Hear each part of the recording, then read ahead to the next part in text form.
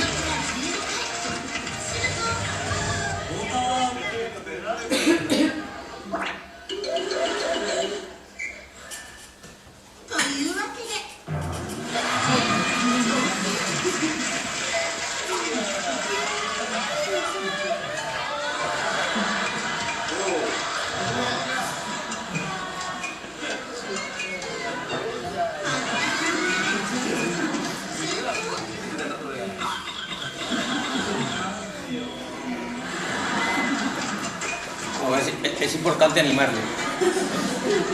El problema es que a veces animamos y no tiene mucho sentido que le animemos.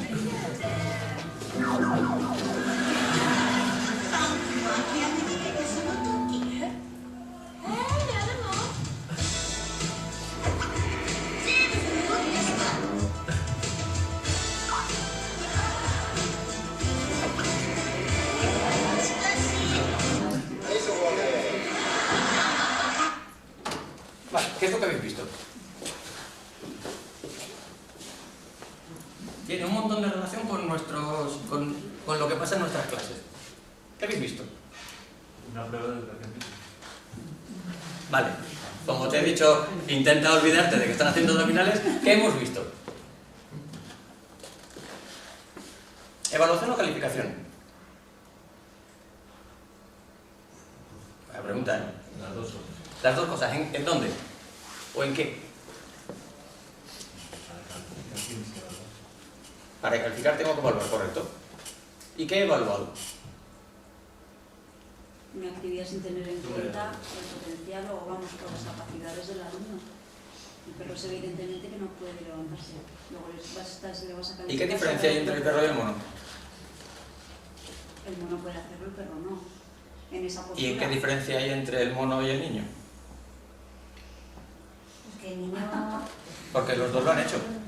De hecho, probablemente hay niños que hagan menos que el mono. Igual alguno de aquí hace menos que el mono, lo cual no deja de ser triste, ¿no? Si es que el objetivo es hacer las abdominales. Un entrenamiento mecánico.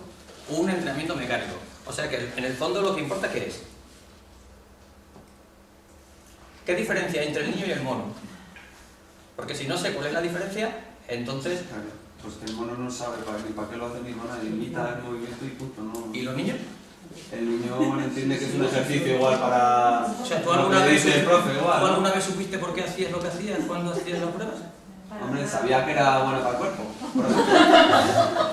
Eso lo dices ahora, No, con pero el en el concepto momento, adulto, pues, sí. pero al día siguiente y durante la semana siguiente, en el Como que me cuando, dolía toda la tripa. efectivamente, cada vez que ibas a hacer pipí o ibas a toser o ibas a hacer, te acordabas del profe de educación física. Sí. Y eso era bueno, porque hay que castigarse, ¿sí? Porque cuando duele, tenemos esa conciencia de que cuando algo duele, Sí. es bueno, ¿sí?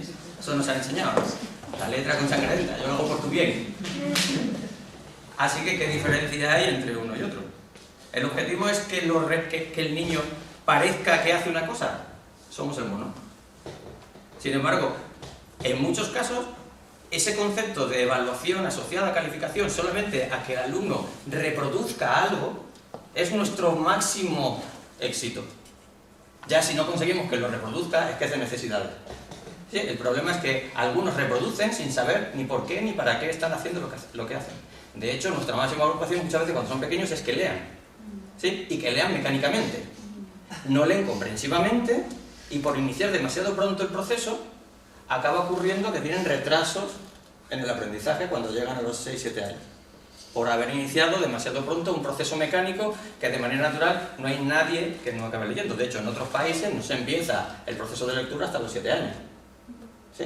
Así que, en el fondo, lo que nos acaba ocurriendo es que confundimos el concepto de evaluar con el concepto de calificar, porque tengo la necesidad de que quede constancia de que ha sido capaz de hacer algo aunque no sepa por qué ni para qué lo estaba haciendo. ¿Cuántos niños tenemos que necesito que tenga un examen aprobado? ¿Sí? Y le pongo unas preguntas que seguramente el último día de clase antes del examen ya me he encargado de repetir en la pizarra y hacer como el embudo. Yo empiezo explicando mucho para el día antes de clase hay que mirarse esto y no os olvidéis mirar esto porque esto va a caer en el examen.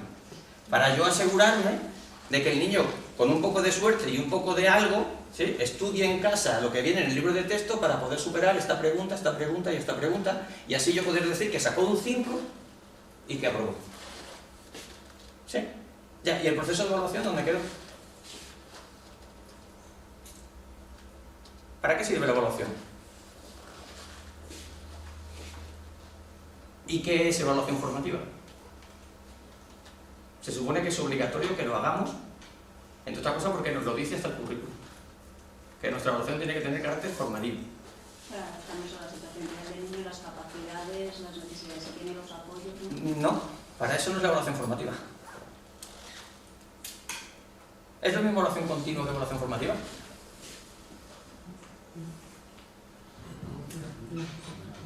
Sí, no. 50%. Parecido. Evaluación continua, tienes que evaluar todos los contenidos que estás desarrollando durante todo el proceso de, por ejemplo, de una unidad de ética. Bueno, no te enfadas si te digo que no, ¿vale? Vale. La evaluación continua no es cuando evalúo todos los contenidos, porque yo puedo hacer una evaluación final en el que evalúe todos los contenidos y no haber hecho nada durante. Así que la evaluación continua no es la que evalúa todos los contenidos. La que evalúa todos los contenidos puede ser también la final. Dímelo en voz alta. Ahora todo el tiempo, constantemente. La que evalúa de manera regular. ¿Vale? Esa es la evaluación continua. ¿Y la formativa? La que te da información de cómo es el proceso de aprendizaje del chico. No, esa es continua. Porque cada vez que yo le valoro al alumno, estoy anotando y obteniendo información de cómo está el niño. Esa no es formativa. La que le da al niño, ¿no? Información de cómo está él. Correcto. La evaluación que al niño le da información para poder mejorar su proceso de aprendizaje. Eso es evaluación formativa. Dicho de otro modo, cuando yo hago algo contigo, valoro lo que has hecho y te digo qué es lo que está bien y lo que no está mal para que lo puedas mejorar. Pero no hay calificación. ¿Bien? Así que tiene que ser durante y no el final. ¿Sí? ¿Y cómo que no hay calificación? ¿Sí? Durante el proceso, para que sea un proceso de evaluación formativa puro, ¿sí?, no tiene que haber calificación. Yo te doy información para que tú, antes de que yo tenga que poner una nota, puedas mejorar el resultado de lo que estás haciendo. Porque si yo, cuando estoy en el proceso de evaluación continua, yo te pongo una nota, imagínate, me vas a entregar este trabajo, ¿vale? Me lo entregas hoy. Y hoy te pongo, tienes un 6. Dentro de 4 días o de una semana te vuelvo a poner nota, tienes un 8. Y el último día tienes un 10. ¿Qué nota le pongo al trabajo? 10. Un 10. Entonces, ¿para qué has puesto un 6 y un 8? La media. Para que el de alto. Si le pongo la media, ¿sabes lo que significa? Que un trabajo de 10 vale 8. ¿Sí? Así que la media en un proceso de evaluación formativa no tiene sentido. ¿Sí? La pregunta es, ¿yo puedo darle un valor a un trabajo sin que tenga nota? ¿Sin que sea calificación? Sí. Sí, cualitativa. No, cuantitativa. Yo puedo decir, vale de 6, ¿sí? Pero no te pongo un 6. ¿Sí? Si hago eso, es un proceso formativo. Porque al niño le digo, vas de 6, y si quieres más nota, ya sabes lo que tienes que hacer. Tienes que hacer esto, ¿sí? Y si lo haces, tienes de 8. Y si lo haces, tienes de 10. Eso es un proceso. ¿Cuántas veces te dijeron con exactitud, ¿sí?, por qué tenías la nota que tenías? Es decir, cuando tú hacías un trabajo y te ponían un 8, ¿por qué tenías un 8? O cuando tenías un 4, ¿por qué tenías un 4? Hombre, eso yo creo que sí que han corregido. Una vez, una evaluación formativa más difícil, pero buenas correcciones yo creo que sí que ha habido. Buenas correcciones, vale. Y entonces, eso es lo que, como mucho, acabamos haciendo con nuestros alumnos. Nos damos un trabajo, el tiempo que sea, y le damos el feedback cuando ya hemos puesto la nota, ¿sí? Y entonces seguramente os habrá pasado algo parecido a esto. Cuando el alumno tiene más de un 7 o un 8, ¿sí?, no te escucha. Porque ya tiene un 7 o un 8. ¿Sí? Cuando el alumno tiene un 3, tampoco te escucha. Porque tampoco tiene nada que hacer. ¿Sí? Y solo parece que te escucha el de 4,75, 4,5. Pero no es que te esté escuchando. Solo está esperando que termines de hablar y sumando a ver si tú te has equivocado en la suma para poder intervenir. O a ver cómo te racanea 0,25 para poder llegar al 5. Pero no porque le interese especialmente el feedback. ¿Y sabes por qué no le interesa especialmente el feedback? Porque no sirve de nada ya. Porque una vez que ya está puesta la nota, ya no la puedes codificar. Entonces, ¿de qué me sirve saber para qué? De hecho, los alumnos cambian mucho su calidad de los trabajos de uno al siguiente, aunque le des feedback.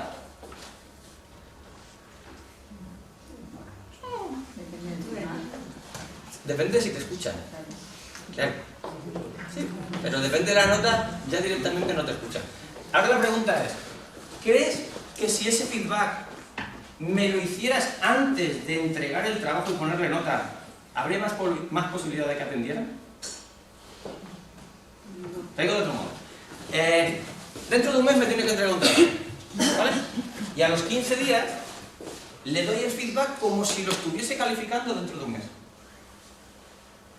Y le digo, está de 6.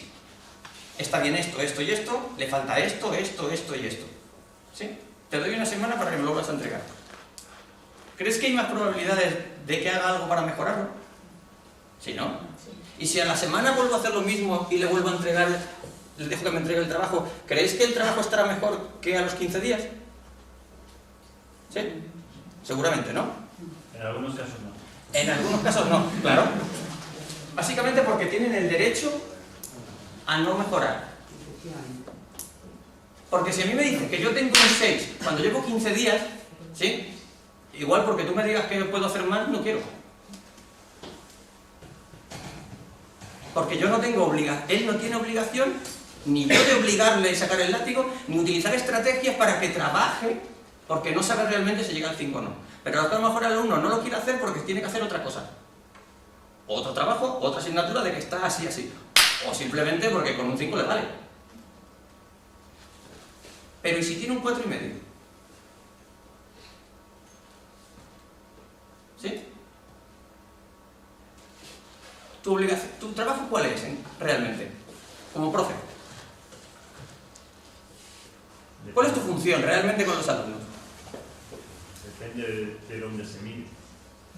Desde el punto de vista del profesor hacia el alumno.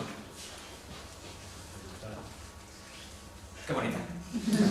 Generar el mayor nivel o proceso de aprendizaje posible. ¿Sí? Generar la mayor cantidad de motivación en el alumno para que quiera seguir aprendiendo contigo. Pero el alumno tiene derecho a no querer seguir aprendiendo contigo. Y eso tiene unas consecuencias. ¿Sí? Pero el resultado debe ser lo más objetivo posible.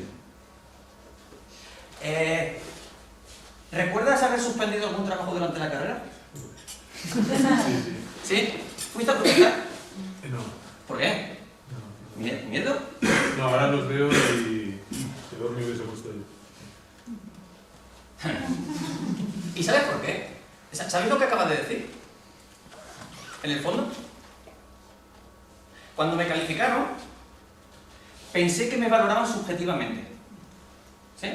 Ahora con el paso del tiempo creo que no fue tan subjetivo. Pero en el fondo, ni entonces ni ahora sabes por qué merece la nota que merece. ¿Cuántas veces te han dicho por qué es un 5, un 6, un 7, un 8, un 9? Pocas. Hombre, después la nota sí, es verdad que antes no te dicen cómo llegar al 10 o esto, pero la nota a veces sí que está bien estudiada. ¿En un trabajo, por ejemplo? Sí. Hombre, Vale, sí que- dame los criterios de calificación de un trabajo tuyo. ¿De los que he tenido? No, de los que entregas a tus alumnos. De los que entregan mis alumnos, pues a lo mejor la ortografía les pongo la línea o el párrafo, les pongo 3 faltas o 2 repeticiones o lo que sea, y se lo devuelvo para que lo busquen. Eso es evaluación formativa. Sí. Sí. Pero yo te he preguntado criterios de calificación. Criterios de calificación: presentación, ortografía, o sea, que no tenga repeticiones, que estén bien hiladas las ideas y contenido. Vale. Y opinión. ¿Qué es lo que me acabas de decir? ¿Los criterios de calificación? Ah, lo que califico, pero los criterios también. Bueno. Me han dado los aspectos Sí. que valora. No me ha dado los criterios de calificación. ¿Cómo se saca un 5 en presentación? ¿Cómo tiene que ser la presentación para tener un 5? O sea, para que yo como alumno pueda conseguir sacar un 5 contigo o un 10 en la parte de presentación, ¿qué tengo que hacer? Título centrado, letra clara, sin tachones, márgenes izquierdo, derecho, superior e inferior, separación de párrafos. ¿Eso es un 5? Eso sería un 10. ¿Y un 5? Pues si son 5 la mitad. Reducido, un poquito más para allá. Vale. Así que la pregunta es esta. Pero ellos lo tienen, eso que te he dicho. Sí, lo que tienen son los aspectos que Si tú das el valoras. aspecto, lo otro también. Lo del título, lo... Vale. ¿Cuántos alumnos vuestros tienen algún tipo de documento donde se establezca con claridad que es un 5, que es un 6, que es un 7? ¿Sí? En relación a... Lo digo porque si yo cuando hice un trabajo durante la carrera, ¿sí?, que no sabía muy bien qué es lo que me estaba pidiendo el profesor, sobre todo cuando era el primer trabajo que hacía, si yo tuviera un documento de ese tipo, ¿creéis que hubiera dado menos palos de ciego? Sí, ¿verdad? Y si ese mismo documento sirviese para autoevaluarme, coevaluarte, o que me califique el profesor, heteroevaluación, ¿creéis que sería bastante más objetiva? ¿Sí? Pues en eso consiste el trabajo con rúbricas, escalas de valoración y escalas descriptivas. Por un lado, intentar dar una valoración o una calificación lo más objetiva posible para que no dependa de quién me entrega el trabajo, sino del trabajo en sí. Y dos, si quiero, para utilizarlos como proceso de evaluación formativa. O sea, utilizarlos durante el proceso de realización del trabajo para que el alumno genere aprendizaje solamente con la valoración que hace de si lo que estoy haciendo cumple los requisitos que se me establecen y cuánto puede valer eso. De manera que lo haga yo, me lo hagan a mí o me lo haga el profesor, no va a haber demasiada diferencia en la opinión de lo que vale la producción que yo estoy generando. ¿Sí? Pero entonces tendrás que dar a cada alumno un criterio diferente, porque no todos los niños van a llegar a un 10, para lo que a ti es un 10. Entonces a cada alumno que tú tienes le vas a hacer unos criterios de evaluación específicos. Ni de coña. Ya, claro, ni de coña me parece. ¿Pero sabes por qué? ¿Por qué? Porque los alumnos en este curso tienen que tener este nivel mínimo para promocionar o repetir. Ya, pero cuando los alumnos tienen que promocionar porque sí y no tienen ese nivel... Cuidadín. Si tú tienen que estar en este curso y tú para que pase no haces esto, Ya, pero si hay... si la norma dice que si un alumno no pasa, ¿sí?, pero tiene que pasar, pasa y hay un plan de refuerzo. Pero lo que no puedo hacer es ir cambiando y decidiendo. Te voy a poner un ejemplo para que veas lo que... Te voy a traducir lo que me acabas de decir. Mi hija bilingüe. ¿Sí? ¿Por qué? Porque su madre es nativa y en casa solo se habla inglés. ¿Vale? Claro, cuando llegan a tu clase que das inglés, ¿sí?, mi niña va sobradilla. De hecho, te corrige de vez en cuando. Porque le da vergüenza corregirte más. Porque si no estaría corrigiéndote constantemente. Pero bueno, ese es otro detalle. Tonto, pero es otro detalle. ¿Sí? Sin embargo, su hija ¿sí? Española, de madre español, soy padre español, de madre español, ¿sí? Con un nivel de este curso, ¿sí? Que si se va a cualquier sitio no se entiende con nadie, ¿vale? Pero que aprueba inglés, ¿sí? En tu clase, como el nivel es este, ¿tengo que tener niveles diferentes para ponerle un 5 o un 10 a esta niña? ¿A estas dos niñas? Entonces, ¿por qué me dices que tengo No, que pero por tener? ejemplo, hay que valorar, yo creo que también que hay chavales que se les puede exprimir un poco más, que pueden llegar a darle más. Espera. Y luego hay otros que tienes que valorarles el esfuerzo que han hecho. A ver, en relación a los criterios, que dices, bueno, pues de un trabajo a otro que se han esforzado más. Voy a hacer un paréntesis, ¿vale? Vale. Sí. Bien. ¿Tú te has dado cuenta que en la prime time, en el tiempo de máxima audiencia, hay mogollón de anuncios de laxantes? ¿No te has fijado? Es porque tú lo compras. Vale. Pero aquí, estadísticamente, hay un porcentaje de gente alta que los necesita, porque si no, no se pondrían a vender en esa franja horaria. ¿Aceptas, no? Bien. O sea, lo que me estás diciendo es porque alguien se esfuerza más que otro, su resultado vale más o vale menos. Yo soy de los que tiene suerte. Yo voy al baño, yo ni siquiera miro los botes por detrás, ni miro yo llego. Me estás diciendo que ella, por ser estreñida, ¿sí? y pasarlo mal, muy mal cuando va al baño, y yo que voy y ya triunfo, ¿sí? ¿Lo suyo y lo mío vale diferente? ¿Vale lo mismo? Sí, pero el proceso no ha sido igual. A lo mejor ella antes de ponerse relaxante ha tomado muchos ¿Y qué? y no ha podido... Pero vamos a ver, que sí. Pero eso también es de valorar. ¿Por qué? O sea, que yo tengo que hacer creer al profesor que soy estreñido para que me valore más. O sea, eso es lo que me estás diciendo, que si el alumno es buen teatrero, ¿sí? Va a sacar mejor resultado, porque si yo parece que me esfuerzo mucho cuando estoy en tu clase, tú me vas a poner más nota porque yo hago como que me esfuerzo mucho, ¿sí? Sin embargo, como yo tengo la suerte de que no me cuesta lo que estás diciendo, el valor de mi resultado tiene que ser menor que el de él, que parece que se ha esforzado. No, yo no he dicho que al que baje el nivel. He dicho que al contrario, que al que le cuesta, que le está todas las tardes ahí machacando la materia, hay que valorar también que está todas las tardes y que, oye, que es un esfuerzo que está haciendo, que está dejando de jugar, ¿Y a mí no? que sé. ¿Y a mí no? Pues no, porque vas estupendamente Oigo la leche. en las asignaturas, claro. ¿Estáis todos de acuerdo? Aquí también, O sea, me refiero, está claro que ningún niño le voy a exigir más, porque si un nivel es el nivel que se exige, está claro. Pero hay chavales que, por ejemplo, lo sacan todo perfectamente y otros que están ahí cada tarde machacando, porque lo necesitan, porque tienen que llegar a ese nivel. Entonces, porque yo no voy a premiar ese esfuerzo. Yo no te estoy diciendo que se castiga el otro bajando el nivel, sino premiar un esfuerzo. Vale, ¿alguien me puede decir cómo objetivamente valora el esfuerzo? O sea, ¿qué instrumento, qué regla de medir tenéis, qué aparato objetivo tenéis para valorar el esfuerzo? No sé, yo creo que eso se ve, ¿no? ¿Se ve? ¡Oh! Si aquí tú... A ver, mírale y dime si es estreñido. En clase yo creo que se ve el esfuerzo. ¿Tú crees que se El ve? esfuerzo sí, de todos. Unos por hacer lo que se pide y otros por hacer lo Sí, que se pide. y hay veces ¿sabes lo que se descubre? Que el esfuerzo que hace el niño solo va asociado a que nosotros no facilitamos suficientemente la labor de aprendizaje.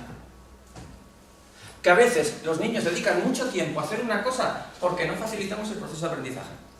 Que a veces tenemos niños que están haciendo y perdiendo el tiempo haciendo algo porque no les hemos dicho a priori qué deberían de haber hecho o cómo se hace esa cosa para poderlo hacerlo en mejores condiciones. Dicho de otro modo, tenemos niños que se ponen a hacer determinados trabajos o actividades que mandamos que no tienen ni idea porque no les hemos explicado lo suficientemente claro qué es lo que hay que hacer y cómo se hace, ¿sí? Y que han dedicado un esfuerzo enorme a hacer una determinada cosa y se han quedado hasta las tantas de algo que al final tú valoras de esto está mal. Os voy a poner un ejemplo, quinto de primaria, ¿sí? Célula. Sabéis que la célula es muy importante porque se ve desde primaria hasta bachillerato y más allá, ¿sí? Y se ve en todos los cursos, entonces debe ser súper importante la célula, ¿no? Entonces, en quinto de primaria mandan a una niña, ¿sí? A hacer un trabajo de célula en plan proyecto, ¿sí? Hacer con esponjas y no sé qué, que pongan mitocondria, cositas, ¿vale? Sí, en plan bonito. Y su madre, orientadora del centro, ¿sí? Le ayuda a hacer el trabajo porque ya había suspendido los trabajos anteriores, ¿vale? Entonces la madre, básicamente, sabéis que la madre reconoce hacer al menos el 20% de los deberes de sus hijos. ¿Sí? Así que si las madres reconocen el 20%, hacen algo más. ¿Vale? En secundaria ya no, porque a veces no llegan y entonces se dedican a copiar de los compañeros. ¿Vale? La madre acaba haciendo el trabajo. La madre entrega el trabajo. La madre suspende quinto de primaria, conocimiento del medio. Orientadora de centro. No superó quinto de primaria. ¿Y sabéis por qué? Porque ni la madre ni la niña sabían qué era lo que había que hacer. Porque si hubiera habido algo que le hubiera explicado con claridad qué se estaba pidiendo y cómo tenía que ser para ser entregado, estoy seguro que la madre sería capaz de leerlo y traducirlo para poder, a lo mejor no hacerlo, pero ayudar a su hija para saber qué le estamos pidiendo y qué no. Sin embargo, las explicaciones de por qué tienes menos de un 5 ahora no generan mucha motivación. Si después de tanto esfuerzo, ¿sí?, a veces real, el resultado sigue siendo negativo. Y entonces me tienes que venir tú a ponerme un 5 por algo que podía haber hecho si me hubieras ayudado, ¿sí? Porque como no lo he podido hacer yo sola.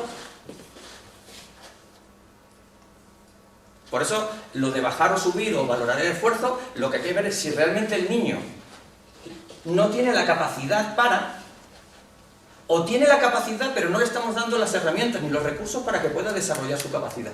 Que no es lo mismo, porque cuando estamos hablando de esos niños que no tienen la capacidad, se van con vosotras, ¿sí? Y cuando tienen la capacidad, deberían de estar con nosotros. Y a lo mejor vosotras con nosotros en clase. Ellas son de especial, me han dicho.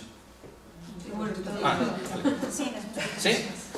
Pues entonces me darás aún más la razón. Porque cuando estoy con un grupo de referencia normal, tú, cuando tienes un niño de compensatoria o un niño, sí, ya te están diciendo que no tiene este nivel, que tiene este, pero tiene que estar en esta clase. Así que tú le bajas la actividad para que sea de su nivel. Pero no le vas a poner la nota de aprobado en el curso en el que está. Le pones la nota de aprobado en el curso en el que está de verdad. ¿Cierto? Pero no le puedes poner que promociona este curso con el contenido de este curso. ¿Sí o no? ¿Vale? Luego, me estás cambiando la situación, porque te estás yendo unos alumnos con unas características. Pero, ¿y cuando los alumnos no tienen estas características? Sino que tienen... No podemos catalogarlos ni caracterizarlos de ningún otro sitio que no sean de quinto de primaria, de primero de la ESO. Pero yo estaba hablando de quinto de primaria, o sea, no nada de especial, ¿eh? De una aula normal, corriente, moliente. Y estoy hablando que hay chavales que no les cuesta nada, que estudian o se lo leen un poquito y ya lo tienen, los conceptos, y otros que están ahí machacando con su madre o con quien sea y están todas las tardes trabajando. Yo me estaba refiriendo a un grupo normalito, supuestamente homogéneo. Vale, correcto. ¿Y por qué esos niños? La pregunta es, ¿y por qué esos niños tienen que ser ayudados en casa y no en clase? ¿Qué lo has dicho antes? Claro, eso sí, soy ¿Qué lo has dicho antes? ¿Por qué?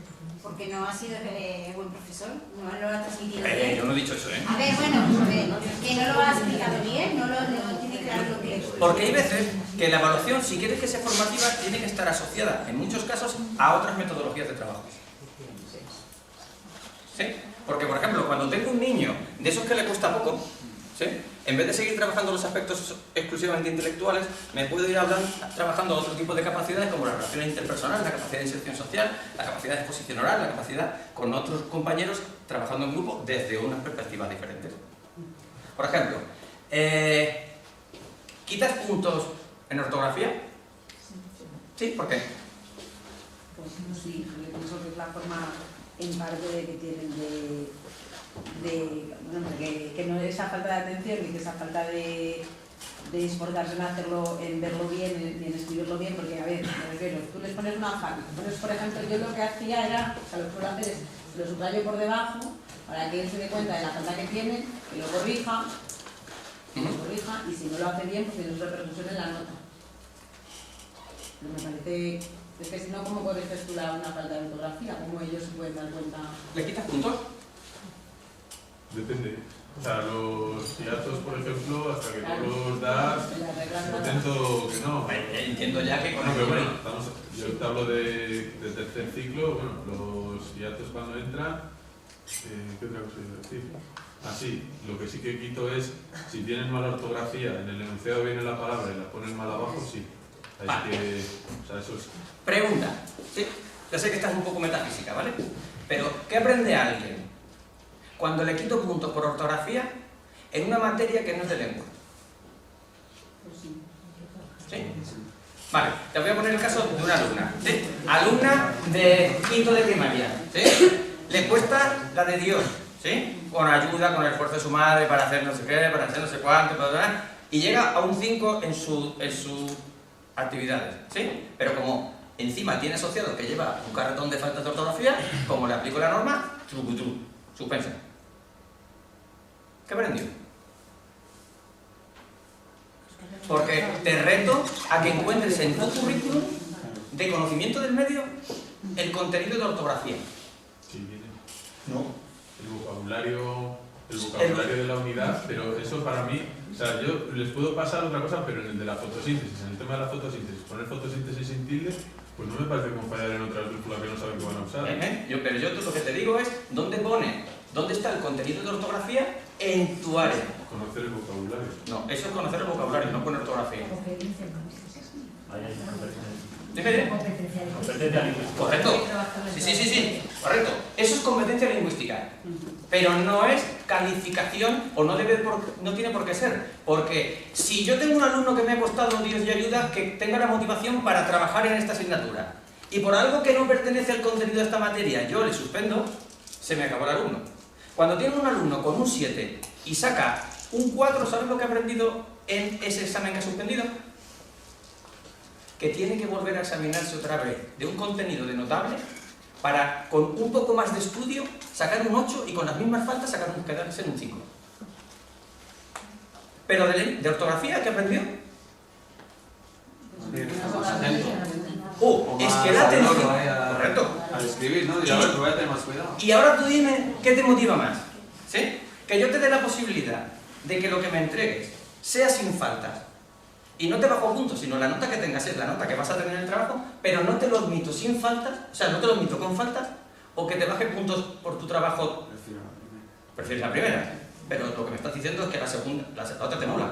No. Como alternativa. También aprendería algo, quiero decir. Hombre, algo, pero entre algo y generar la mayor cantidad de aprendizaje posible.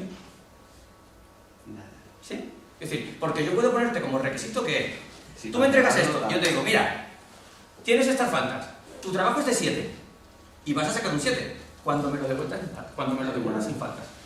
Sin falta te lo Claro, si es un problema de atención, si es de atención y quieres sacar un 7, te lo devuelven. Pero si me suspendes, igual ya perdí la motivación suficiente para volver a hacer otro trabajo o para volver a repetirlo. Pero si me mantienes la nota, la cosa cambia. Es más, eso a lo mejor no pasa con un alumno que le pones un 3. ¿Cierto? Porque el trabajo es de 3. Pero si yo le digo, está de 3, si me lo devuelves sin faltas te pongo, pero ya que, si me arreglas esto, esto y esto, igual llegas a 5. ¿Sí? Pero para eso tengo que tener los criterios de calificación claros. Y yo puedo establecer la ortografía como un requisito porque estamos hablando de competencia lingüística. Y si es competencia lingüística, ¿nosotros no tenemos que contribuir a la competencia? ¿Sí, no? ¿Las áreas contribuyen a la competencia? Vale. ¿Hay alguien de lengua? ¿Sí? Vale. Por favor, ¿me das la definición de contribución?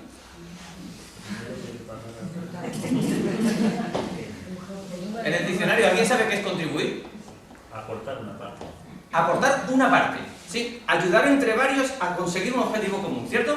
Así que nuestro trabajo es contribuir a la competencia lingüística en los aspectos ortográficos. Entre varios, ¿sí? Por ortografía no suspende nunca a nadie. O sea, me puede bajar la nota durante el curso, pero cuando llega el momento final, nadie suspende por ortografía.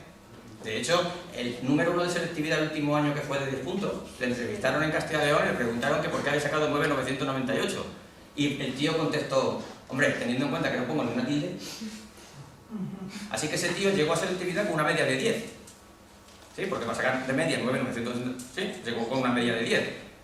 Y ese, 2 semanas antes de selectividad, tampoco ponía las tildes.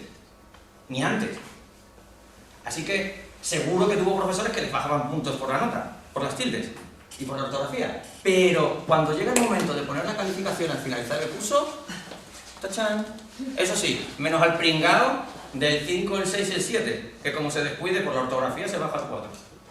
Pero al de 10, nunca. Así que al final mantenemos raseros diferentes con normas que ponemos nosotros. A lo mejor tú no, pero la experiencia demuestra que hay un montón de alumnos, ¿sí?, que sobre todo los que están en los niveles más altos, digamos que les afecta muchísimo menos. Es verdad que hay pocos alumnos de buenas notas que tengan muchas faltas, pero los hay. Yo tuve una alumna que en Murcia, en las oposiciones de Murcia de secundaria, la suspendieron porque en Murcia fue la única comunidad que puso el número de faltas de ortografía en los exámenes, ¿sí? Y tenía un 9,5 y la bajaron a un 6,5 por la falta de ortografía. Y esa era de las chicas que se leía hasta los prospectos. O sea, se lo leía todo. ¿Sí? Y sin embargo, y sacaban la carrera, sacó con notas de 9 en matrícula, ¿sí? Y la ortografía le seguía fallando. Entonces, por lo cual... Pero yo que tengo mala ortografía, lo que aprendes con el tiempo es a no utilizar determinadas palabras, a estudiar las que sabes que vas a poner, y eso lo tienen que tener. O sea, que un niño no te ponga el nombre en el control y digas, lo devuelvo, o que tenga en el enunciado tal, lo devuelvo. Luego eso se acaba. En tercer ciclo, al año siguiente están en el instituto. Y como no les enseñes tú a que esto, como no lo tengas presente, pero de lo que si vas a usar una palabra que no sabes cómo se escribe, pues... Correcto, pero de lo que estamos hablando es del proceso formativo. Sí, de lo que estamos hablando es de si es necesario que sea sancionador para que genere aprendizaje. A ver, es que venimos de la trayectoria que venimos de lo que nos han hecho nosotros, y nos parece normal. El niño que le han pegado, le parece normal pegar. Estadísticamente está demostrado que los adultos que maltratan han sido maltratados, ¿sí? Y los porcentajes de... Así que el problema es que acabamos viendo normal cosas porque siempre han sido así. Sí, pero es que siguen siendo así. Porque decidimos yo que le sean. digo, no, llévatelo y me lo traes otro día por las faltas. No, llévatelo. Luego el niño llega primero a la ESO y dice, no, me lo llevo y te lo traigo otro día. Ya ves lo que dices. En quinto de primaria, ¿sí? Óscar, uno de los que va a entrar el próximo día, en quinto de primaria hemos hecho la experiencia en lengua, ¿sí? Ya os contaré más cosas, ¿no? Pero hemos hecho la experiencia de devolver el trabajo y que lo devuelvan. La primera, en un trimestre, se disminuyen las faltas al 20%. Porque la mayoría de los niños su problema era un problema de atención. Claro. ¿Se lo llevaban a casa? Sí. Ahora ya voy, qué maldad tienes, qué maldad. Ahora te cuento, sí, claro. Se lo pueden llevar a casa, sí. Los padres, hubo un padre que dijo, mira, si vais a seguir haciendo esto todos los profesores, yo ya no corrijo más falta de ortografía. Claro, el padre se dedicaba a corregir, ya, hasta que el padre tenía más deberes que el niño. Porque el niño le iba mandando todo lo que traía y se lo devolvía, ¿sí? Más lo nuevo que iba haciendo el niño. El niño producía y el padre corregía y se le iba acumulando. Pero claro, llega un momento en que, sobre todo, cuando el niño le parecía gracioso la primera vez que se lo devolviera. Pues claro, siempre le habían quitado nota, pero si te lo devuelvo sin falta, sí. A la segunda vez ya no le empecé a parecer tan gracioso. A la tercera ya dijo, ya... Y la cantidad de producción sin faltas aumentó en un trimestre estratosféricamente. ¿Y en los controles? Y en los trabajos que entregan creo que cero falta, aunque no hayan dado los hiatos tendrían que venir, pero en un control que se puede ser más así, la atención sí que tiene que bajar. Vale, y la pregunta es, ¿por qué le tiene que perjudicar en el control si tú sabes que es una cuestión de presión? ¿Cómo de presión? Sí, si tú me estás diciendo que la presión del control hace que baje la atención, ¿sí? Porque no, no tener la posibilidad de tener un diccionario, de preguntar a Pero entonces acabamos de cambiar. Ya hemos convertido un proceso sancionador en un proceso formativo. Porque tú le das al alumno la posibilidad de mejorar su aprendizaje sin que le influya necesariamente en la calificación durante el proceso de aprendizaje. Aquí la cuestión, por ejemplo, en el tema de ortografía es ¿cómo le doy el feedback a los chicos para, dependiendo del curso en el que estoy, el nivel de atención tenga que cambiar? Por ejemplo, nosotros planteamos en el primer ciclo, y sobre todo en primero, le marcamos evidentemente la letra, ¿vale? Porque todavía están haciendo ese proceso, pero a partir del segundo ciclo le marcamos la palabra. Pero en el tercer ciclo, al final del renglón, le ponemos el número de faltas, del renglón, pero no le decimos ni dónde está ni qué palabra es. En quinto de primaria, ¿sí? Cuando han pasado por lo de la falta, sí, por lo de la palabra, en el mismo curso lo hacen ya perfectamente. Perfectamente, ¿eh? Te sorprenderías. Llevan el documento con la primera columna aquí con el número de faltas y en la segunda entrega con el siguiente. Si no, decirle a Óscar que os enseñe los documentos, los ejemplos que tiene hechos. Y baja el nivel de falta, ni os imagináis.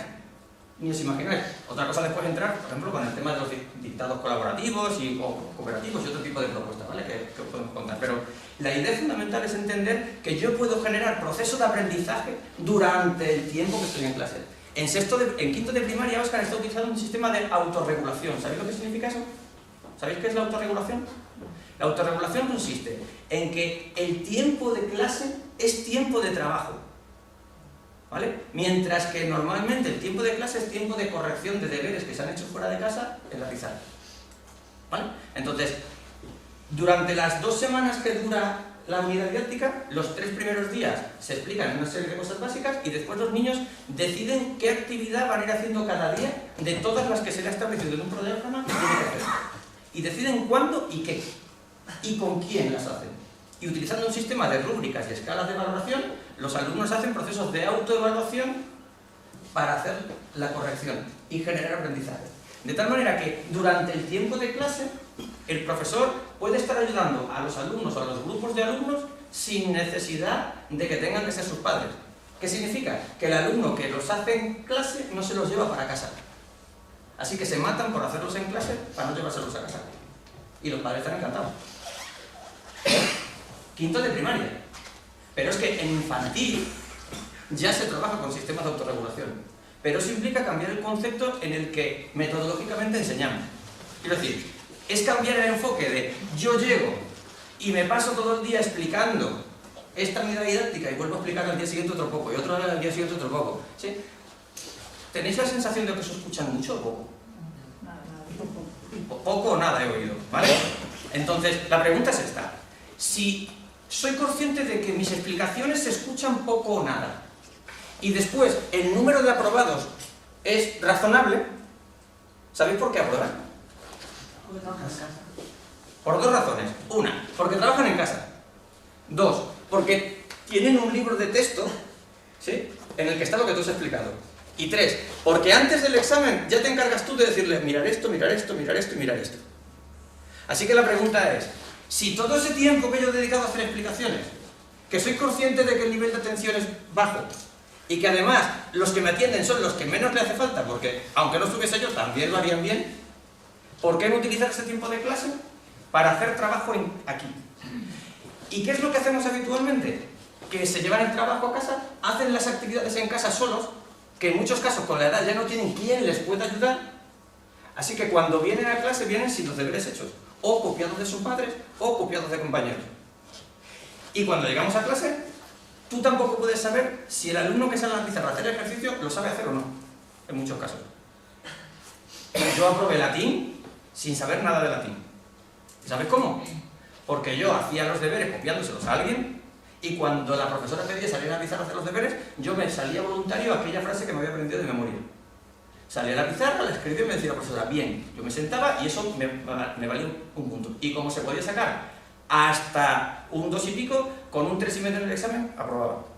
Así que sin saber latín, aprobé. Cuando tú te dedicas en clase a hacer ese proceso de corrección en la pizarra, se genera una situación en la que la mayoría de la gente, ¿qué está haciendo?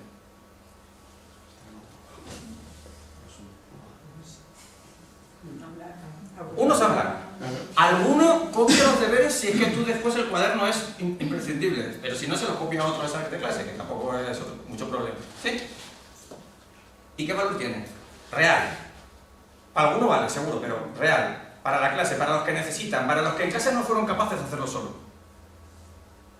Así que hasta eso se puede cambiar. Porque yo puedo hacer que en clase las correcciones, por ejemplo, sean con autoevaluación. Yo hago pequeños grupos, ¿sí? Yo doy la solución de los ejercicios y no hago explicaciones magistrales de las soluciones, lo hacen en ellos. Si hago un grupo que sea heterogéneo, nunca homogéneo, heterogéneo, ¿sí?, y corregís aquí, de repente descubro que ellas dos traen el ejercicio hecho y ella no. Así que le digo, explícaselo. Si ella no es capaz de explicárselo, que acabo de descubrir. Pero lo trae hecho. Después nos extrañamos que algunos niños que vienen con los deberes hechos no aprueben nunca. Pero es lógico. solo hicieron lo del mono. Pero en realidad lo único que hacían era copiar sin saber qué estaban haciendo. Cuando me tienen que demostrar delante mía, ya es tarde. Y se quedan con un 3. A mí Por- lo que me... Sí. No, que un poco de lo que dice la compañera de valorar el esfuerzo de cada niño. Entonces con las rúbricas me parece complicado un poco el tener en cuenta la individualidad de cada alumno y no siendo subjetivo. Bien. Claro, porque por ejemplo nosotros estamos en tercero y hemos hecho una pequeña rúbrica para valorar los dictados, que todavía no hemos empezado a utilizar. Porque lo tenemos así. Bueno, hay un criterio que es la caligrafía, ¿no? Y vale 2 o 3 puntos, creo.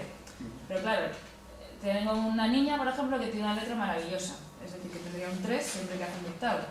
Sin embargo, tengo otra niña, bueno, da igual, que tenía una letra ilegible hace 3 meses y ahora mismo tiene una letra horrible, pero está empezando a mejorar. Claro, si lo valoro...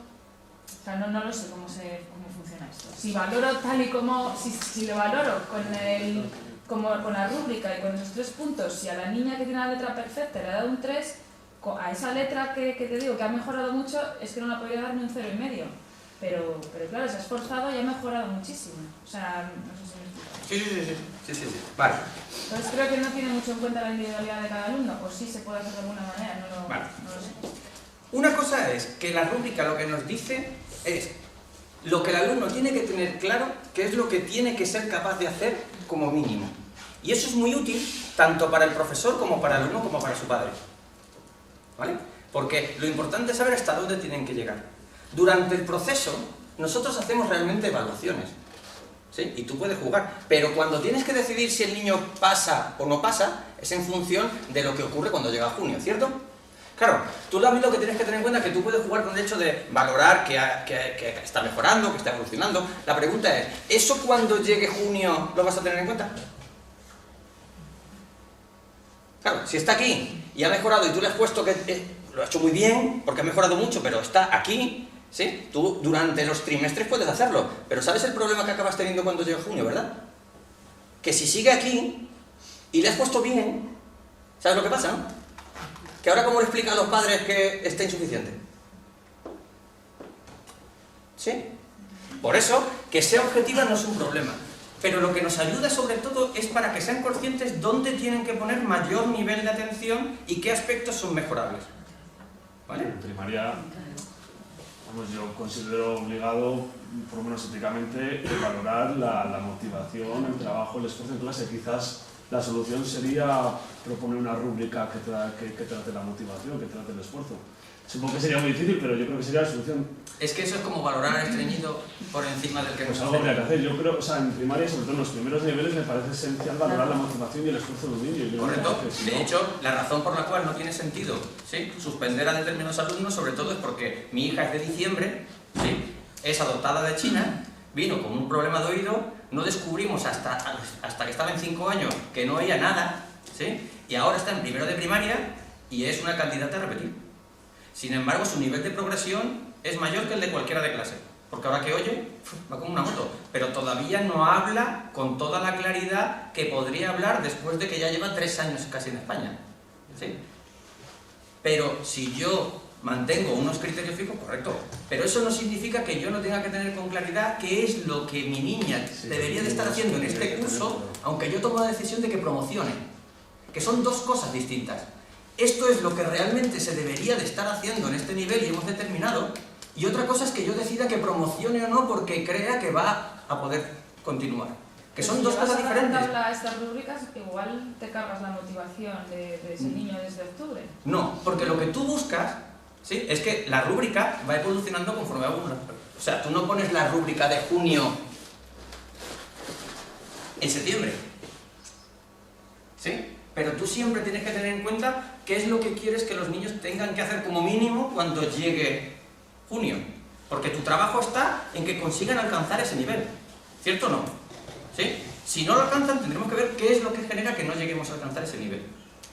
¿Vale? Pero necesito tener con claridad, y lo que no puedo establecer es una rúbrica para cada niño. Es inviable. Si nos estamos quejando todo el día que es imposible hacer cosas, ¿sí? Así que yo tengo que generar procesos de aprendizaje porque a veces lo que no consigues tú lo consigue un compañero. ¿Sí? El problema está en cómo generamos el proceso de aprendizaje. La rúbrica y las escalas de valoración tienen el valor que tienen y no podemos convertirlas en ¡oh! ¿Sí? Pero nuestro mayor problema, ¿sabes cuál es? Que no tenemos claro que es un 5. Nuestro mayor problema es que no somos capaces de decir con claridad por esto, por esto y por esto. Y dependiendo de los alumnos que tengo, le pongo el nivel más alto, le pongo el nivel más bajo. Así que si estoy en una clase donde tengo un nivel de gente buena, ¿sí? El normalito está fastidiado. ¿Sí? Y si tengo un nivel con una clase muy baja, el normalito parece el rey. Pero es el mismo. Así que yo lo que tengo que tener claro es cuál es el nivel que tengo o que yo quiero, que hemos decidido que queremos que ocurra en este curso. Y lo mismo en este curso. Por eso, una cosa son las áreas y otra cosa son las competencias. ¿Sí? En las competencias trabajamos juntos para conseguir que los alumnos adquieran algo que solo en una materia no se puede conseguir. Claro, hay materias que parece que se confunden con un área. Por ejemplo, la competencia lingüística se confunde con la lengua, pero no es lo mismo, porque tú contribuyes en conocimiento del medio o en ciencias de la naturaleza, contribuyes a la competencia lingüística, pero no estás calificando la competencia. Estás contribuyendo, ayudando al de lengua a que el niño tenga mayor nivel de feedback si es que tenemos claro que está enseñando el que está. El otro día estuve en un cole en Mansilla de las Mulas y ¿sabéis el problema fundamental? Que estaban enseñando a hacer resúmenes, ¿sí? Y cada profe del mismo curso, entendía una cosa diferente del resumen, totalmente distinto, y además lo valoraba diferente. Así que el mismo niño, en el mismo curso, en 2 asignaturas diferentes, haciendo el mismo tipo de resumen, con una profesora sacaba un 8 y con la otra sacaba un 4. Haciendo el mismo tipo de resumen. La pregunta es, ¿cuál es el tipo de resumen que tienen que aprender a hacer los niños en este curso? ¿Cómo es el resumen que tiene que ser capaz de hacer un niño de quinto de primaria? ¿Qué características tiene que tener un resumen? ¿Sí? Ese es nuestro problema. Que no somos capaces de concretar con claridad qué quiero en este curso, qué quiero en este curso, qué quiero en este curso. Yo no digo que sea fácil. Lo que digo es que no podemos generar feedback suficiente a un alumno si no le damos con claridad cuál es el nivel. Que como no sabemos muy bien cómo establecer el nivel, jugamos con la famosa subjetividad. Es que los niños son diferentes. ¿Ya? Si yo no digo que no son diferentes, por supuesto. Pero para pasar de tercero a cuarto o de cuarto a quinto, establecemos un nivel que decide si promociona o no promociona. ¿Cuál es ese nivel? Porque el criterio de evaluación no me dice con claridad qué. ¿A qué no? Me dice el tipo y el grado de aprendizaje. Así que me salgo de lo absurdo para que el trabajo que yo haga, si decido hacer algo en mi centro, sea independiente, porque lo que no cambia, si se han dado cuenta, fundamentalmente es los contenidos que tenemos que enseñar. Hay pocos cambios, alguno desaparece, alguno cambia un poco de curso, o uno para arriba o para abajo, pero la esencia sigue la misma. ¿Cierto? Así que si básicamente no cambia el currículum, lo que yo tengo que diseñar es que el alumno adquiera aprendizaje con los contenidos que tenemos. ¿Vale? Nuestro trabajo será la concreción por cursos. Y aquí tenemos el otro problema. La gente está confundiendo el área y la calificación del área con las competencias. Y ahora hay un rum por ahí de la calificación de las competencias que no sé si habéis oído. ¿Vale? Las competencias son transversales, son de las áreas y se supone que entre muchos tenemos que ponernos de acuerdo. Claro, ¿qué nos pasa cuando vamos a la reunión de evaluación para poner las competencias de los alumnos? A ver, Manolito, en competencia matemática, alto, medio, bajo. Entonces miramos a la de matemáticas, ¿sí? Y dice, sacó un 8, alto, venga, alto. La lingüística, miramos al de lengua. 7, alto o medio, venga, medio. Aprender.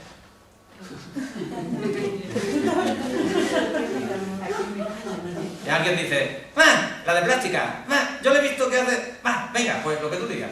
¿Sí? O, mejor, alto, medio, bajo, y empezamos a votar. ¿Sí? Entonces llega la competencia digital. ¿Sí? Y entonces, profe Muñón en nuevas tecnologías. ¿Sí? Entonces, Manolito, soy yo, hago cosas en formato digital. Entonces, desde vuestro punto de vista, Manolito, ¿sí? Alguien que controla un poco, sabe lo que un niño tiene que hacer, y dice, a mí me parece que baja, ¿sí? 1, 2, 3, 4, 5, contra 1, gana mayoría, alta. Pero en realidad tiene la que tiene, ¿sí? Si un alumno suspende lengua, ¿tiene competencia lingüística baja? ¿Sí? Premio Nacional de Poesía, suspenso en lengua. Ahora se lo explicas a su madre. Niño superdotado, ¿sí? Que suspende casi todas, ¿sí? Y que cuando le hacen los test en lingüística, altísimo. Ahora se lo explicas. Porque en teoría, el área no tiene por qué tener una relación directa con la competencia. ¿Vale? Un niño puede tener un nivel de competencia alto y suspender porque no te entrega los deberes, porque no ha hecho el examen, porque está de huelga de brazos caídos, porque lo que tú quieras, ¿sí? Y tu área lo suspende. Pero eso no significa que tú no puedes decir que su nivel de competencia sea alto. ¿Cierto? Luego, tenemos dos cuestiones que van paralelas, como dos currículum. Los currículum de las áreas y otro currículum que va transversal, que es el que va vinculado a las competencias. Entonces todo el mundo tendría que, todos los profesores tendrían que tener rúbricas de competencias para evaluar a ese alumno. Bien, ahí me lo ponéis. Muy bien. ¿No? Si yo voy a trabajar aspectos competenciales transversales, deberíamos tener algo que sea común. Y te pongo ejemplos. Si vosotros vais a trabajar, por ejemplo, estáis en primaria y os gusta el rollo de tener cuaderno de clase, ¿sí? Lo lógico sería que el mismo formato de cuaderno se tuviera de forma transversal. De tal manera que un mismo documento sirviera para valorar el cuaderno, ¿sí? Ya no, si quieres, de las cosas específicas de tu materia, pero sí las formas en relación al formato del trabajo. De tal manera que fuera objetiva la valoración del cuaderno, lo valores tú, lo valoras tú, lo valoras tú, ¿sí? Y eso es un aspecto competencial, ¿vale? Igual que si trabajáis algo de competencia digital, o vais a trabajar algo de hacer trabajos, o de exposiciones orales. Pregunta, ¿qué es un 5 en una exposición oral en un niño de quinto de primaria? ¿Cómo tiene que ser la exposición oral?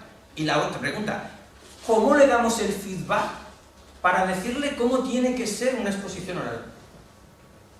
Eso es un aspecto transversal y competencial, ¿sí? Lo que vais a ver son, aquí en el CEFIE, el año pasado se hizo un seminario sobre rúbricas de expresión escrita y de expresión oral hasta sexto de primaria. Y se intentó hacer el documento más complejo, ¿sí? Más complicado para, a partir de ahí, cuando lo aplicas en tu centro, eliminas, simplificas todo lo que tú quieras. Es más fácil hacerlo el más sofisticado, entre comillas, para después a partir de ahí quitar o adaptarlo o iniciar en tu centro más sencillo y después lo puedes ir complicando, ¿vale?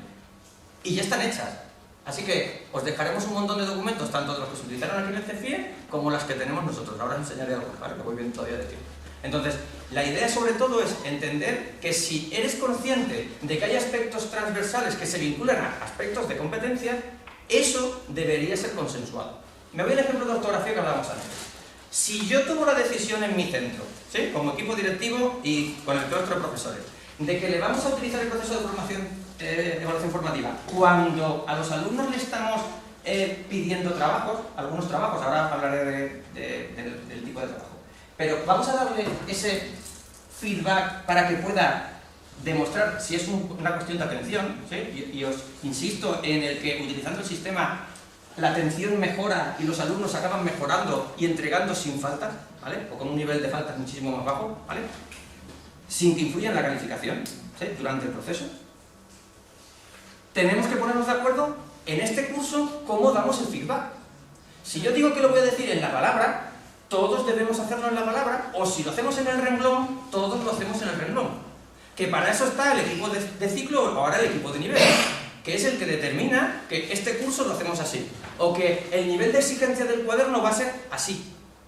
Porque de esa manera no hace falta que la tutora se vuelva loca intentando explicar una cosa para que vaya en contra de lo que le pidas tú y le pidas tú. Es más, la explicación básica que hace la tutora los primeros días sirve para tu clase, para tu clase, para tu clase. Y el feedback que das tú en tu clase es el mismo que le daría ella. ¿Sí? Ese es el trabajo competencial, ¿vale? Después entramos en el tipo de rúbrica y después en alumnos puntuales, tipo de cosas. Pero lo que sí tengo que tener claro es el nivel de exigencia que quiero pedir para poder aumentar la dificultad y que el aprendizaje sea mayor la siguiente vez, conforme va pasando el tiempo, vaya empezando los cursos. ¿Vale? ¿Qué es lo que ocurre cuando trabajamos con alumnos de necesidades? Que yo me adapto al nivel de exigencia del curso en el que esté. Me explico. Si mi alumno es de compensatorio y está 2 cursos más para abajo, los aspectos competenciales también están 2 cursos más para abajo. No solamente los de las áreas, sino el tipo de cuaderno también será de este tipo. O no, dependiendo del alumno que tenga. Pero tú juegas con los 2 referentes, los referentes del área y los referentes de las competencias. ¿Bien? ¿Se entiende la idea? Y si a ese proceso de evaluación le incluyo el proceso de evaluación formativa, el alumno durante tiene la posibilidad de mejorar el aprendizaje sin que influya negativamente en su calificación.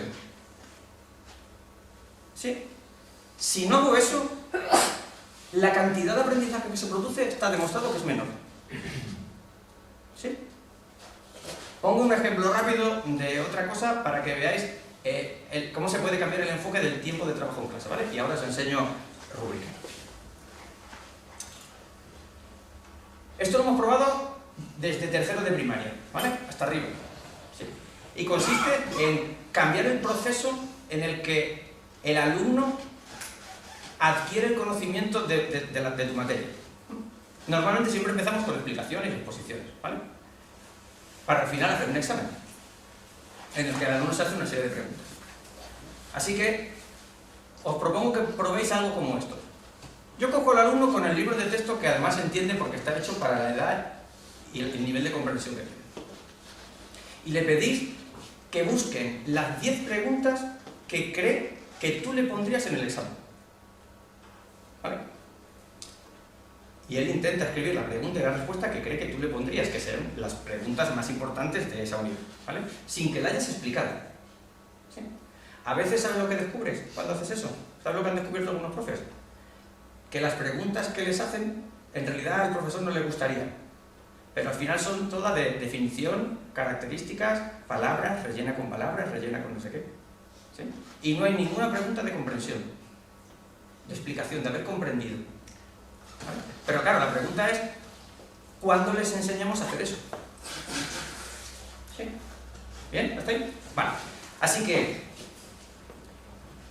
imaginad que vienen con ese trabajo. Claro, ese trabajo, esas 10 preguntas las van a hacer algunos de la clase, pero no todos. ¿Vale? Porque hay alumnos que no lo van a hacer porque ya no hacen deberes en tercero de primaria. Y les juntáis en clase en grupos de 3 o 4. Pero grupos de 3 o 4 heterogéneos. O sea, alguien intelectualmente de los que sacan buenas notas, con alguien de las que les cuesta aprobar, ¿sí? Con alguien sociable. ¿Sí? ¿Sí? Grupo heterogéneo, nunca homogéneo.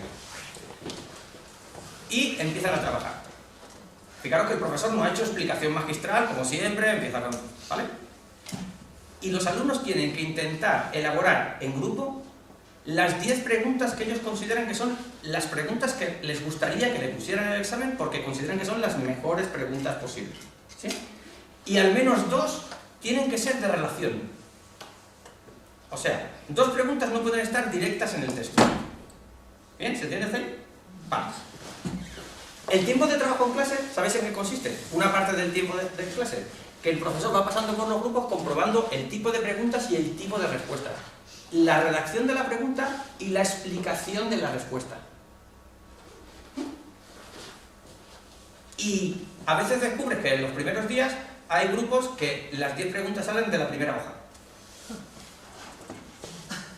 No han entendido que tiene que ser de toda la unidad, ¿sí? Y se han ido a lo más tonto, ¿sí? Y entonces es cuando empieza el proceso en el que el profesor va a decir, ¿creéis que de esta parte no hay nada importante? ¿Creéis que esta parte de la unidad no tiene esta parte?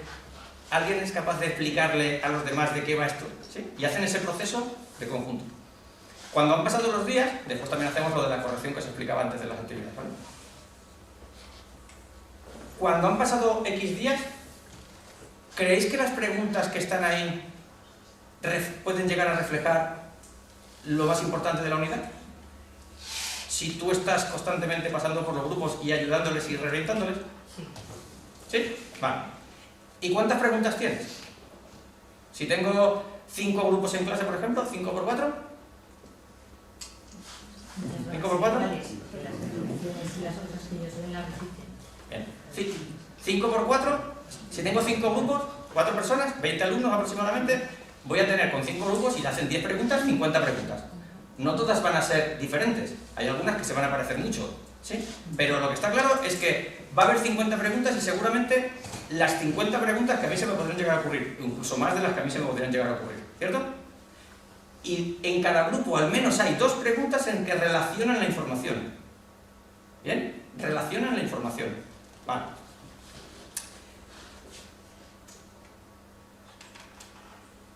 El examen va a ser individual, como siempre, porque lo que estamos cambiando es el proceso de aprendizaje.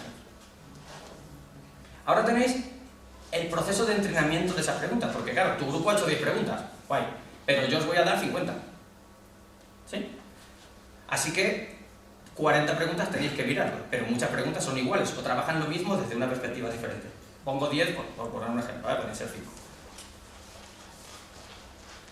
Es muy habitual que los profes cuando hacen juego de preguntas, ahora lo que hacen es jugar, pues este grupo lanza preguntas para ganar puntos, ¿sí? Y los puntos que se ganan suman a la nota del examen o suman. Vale. ¿Qué es lo que suele ocurrir cuando vuestro grupo le hace preguntas a este grupo? La más difícil. Que le tire la más difícil. Por ejemplo, ella es de las que les cuesta, ¿sí? ¿Qué pregunta le tira a ella? Más difícil, ¿no? Para que falle. Sí, porque si ella falla, un punto para ti. Vale, fijaros que sencillo cambiar el enfoque de competitivo a cooperativo. Si los 5 grupos que estáis aquí conseguís responder tantas preguntas como 40, ganáis todos algo. ¿Y sabéis lo que cambia cuando hacéis esa propuesta? Que si a ella le cuesta, ¿qué pregunta le vas a tirar? ¿Sí? ¿Sí? ¿Y eso para ella es bueno o malo? ¿Sabes por qué? Porque por una vez va a responder una pregunta. ¿Sí? Es más, si tengo un alumno de necesidades en ese grupo, ¿sí? ¿Sabes qué pregunta le voy a tirar? Si es de los que trabajan contigo, una de las que tú hayas preparado, que es la que le tienen que hacer, que está a su nivel. Y si está en el grupo clase, entonces le vas a tirar una fácil porque a ti lo que te interesa es que ella responda. Porque si llegáis a 40 respuestas correctas, o a 45, imaginad, todos sumáis un punto en la nota del examen. Acabo de cambiar una actividad que es competitiva, en la que, además, el próximo día no quieres que ella esté en tu grupo, que es de la floja, a que no te importe que esté en tu grupo porque alguien le va a tirar una pregunta que se sabe. Y además tú te vas a preocupar de que se sepa el mayor número de preguntas posible. ¿Cierto? Fijaros qué sencillo, la misma actividad, solo he cambiado el enfoque, de competitiva a colaborativa. Ya no hay razón para excluirte de tu grupo, ni a ella, ¿sí? Que cuando el profesor hace los grupos siempre dice, joder, me toca. Incluso se oye 2 chicas amigas, que una tiene un nivel más bajo que la otra, le da rabia que la pongan en el grupo cuando la actividad es competitiva. ¿Cierto? ¿Sí? Pero ahora ya nos falta. Así que el nivel de ayuda aumenta. Y si, además, en ese proceso de aprendizaje, les decís, vale, y si conseguís que los miembros de vuestro grupo saquen por lo menos un 5, tenéis todo un punto más también. ¿Sabéis lo que acaba de ocurrir dentro de ese grupo? Que la abrazáis para que se aprendan las preguntas para sacar un 5. Así que tienes mogollón de tutores. ¿Sí? Porque si tú que eres de los que sacas 9, 9 y pico, en que te mola sacar un 10, pero siempre te quedas ahí con alguna, ¿sí? Sabes que con que ella llegue a 5, ¿sí? Tú sacas un punto más, a darle la brasa. ¿Cierto?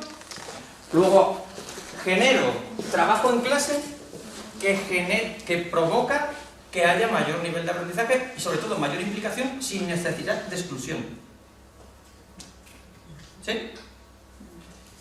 Y cuando hacen el examen, también puedo hacer otra cosa más, que es la siguiente. ¿Qué es lo que ocurre habitualmente cuando los alumnos hacen contigo el examen? ¿Sí? A las 10 de la mañana, ¿sí? Y llega el recreo. ¿Cuál es la pregunta del millón? No, a la profesora, otra vez. ¿Cuánto sacado? Sí. Y la profesora dice, pues si te hice el examen a las 11 y estamos en el recreo, ¿cuándo lo he corregido? ¿Eh? ¿Pero sabes por qué te hacen esa pregunta? Porque tienen ansiedad. Muchísimo. ¿Sí? Vale, pues fíjate cómo cambia si de repente hacen el examen, ¿sí? Y ahora tú pones la respuesta, la pregunta y la respuesta en la pizarra y les dices, solo se puede valorar con un punto, 0,75, 0,50, 0,25, 0, o 1, 0,66, 0,33 y 0, ¿vale? Solo hay esa opción. O sea, está bien, le falta algo, está a la mitad, solo ha puesto algo.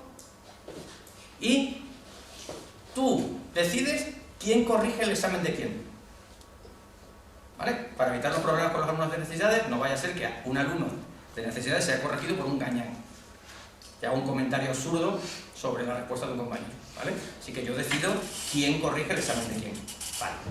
Le doy los exámenes, pongo respuesta, pregunta y respuesta, y ahora los alumnos tienen que leyendo lo que está aquí, decir si está igual o significa lo mismo lo que está escrito ahí y lo que está escrito aquí. Y valoran. ¿Sí? Segunda pregunta, tercera pregunta, y al terminar se lo devuelven a su autor. Y ahora el autor tiene la posibilidad de, si no está de acuerdo con alguna corrección que le ha hecho el compañero, preguntarle por qué. Y si no está de acuerdo con la corrección, escribir lo que él quería decir que no está puesto. Objetivamente no está. ¿Cuántas veces le pasa a los chicos que escriben una cosa que no es lo que realmente saben y la respuesta la saben pero no han sido capaces de explicarlo con claridad? Y cuando tú le preguntas te demuestra que la pregunta se la sabe. Así que le doy la oportunidad de que lo vuelva a escribir. Eso es un proceso de evaluación formativa. Vale. ¿Sabéis lo que ocurre cuando termina la corrección? Que hay muy poca diferencia entre la coevaluación y la autoevaluación. Y que va a haber muy poca diferencia con la que yo hago. Y el alumno se va a casa teniendo ya una idea bastante clara de lo que ha hecho. Y además se genera aprendizaje.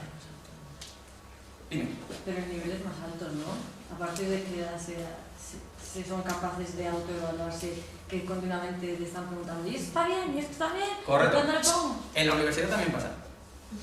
Por eso lo que le dicen a los alumnos es, no, esa es la pregunta, esa es la respuesta. Si dice lo mismo o tiene el mismo significado, está bien. Si tú al final vas a calificar, ¿cierto? Tú le vas a calificar el examen. Pero lo que nos interesa es el proceso en el que ellos hacen eso. Y entonces acaban diciendo, profe, es que no entiendo la letra. Ni yo. Pues dile que te lo escriba bien. Profe, es que aquí creo que dice, pero creo que no está bien. Explícaselo.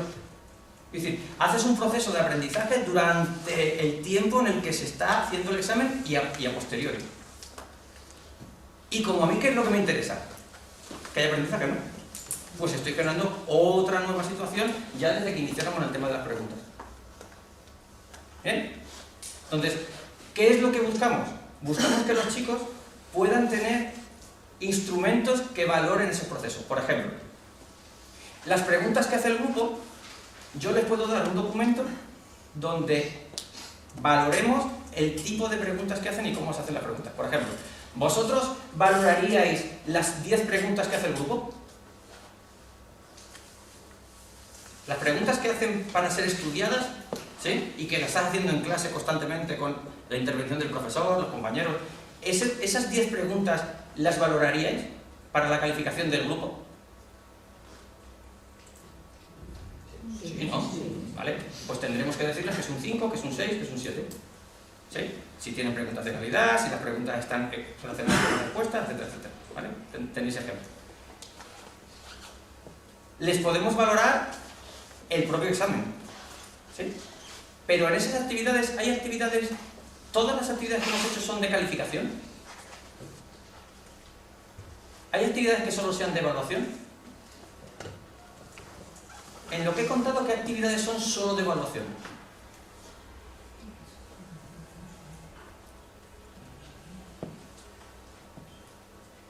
La autoevaluación y la coevaluación solo son actividades de evaluación, no llevan calificación. Aunque hayan puesto una nota, no entra en la calificación, excepto que tú decidas que la autoevaluación sirve. Pero yo, por ejemplo, cuando lo hacía en primaria y después en secundaria, yo nunca utilizaba la valoración que tú hacías a tu compañera o la que tú te hacías a ti misma, solo servía para ver si coincidía con la mía. Pero no entraba a formar parte de la calificación. Servía como actividad de aprendizaje, pero no de calificación. ¿Vale? Así que tengo instrumentos de actividades de evaluación e instrumentos de actividades de calificación.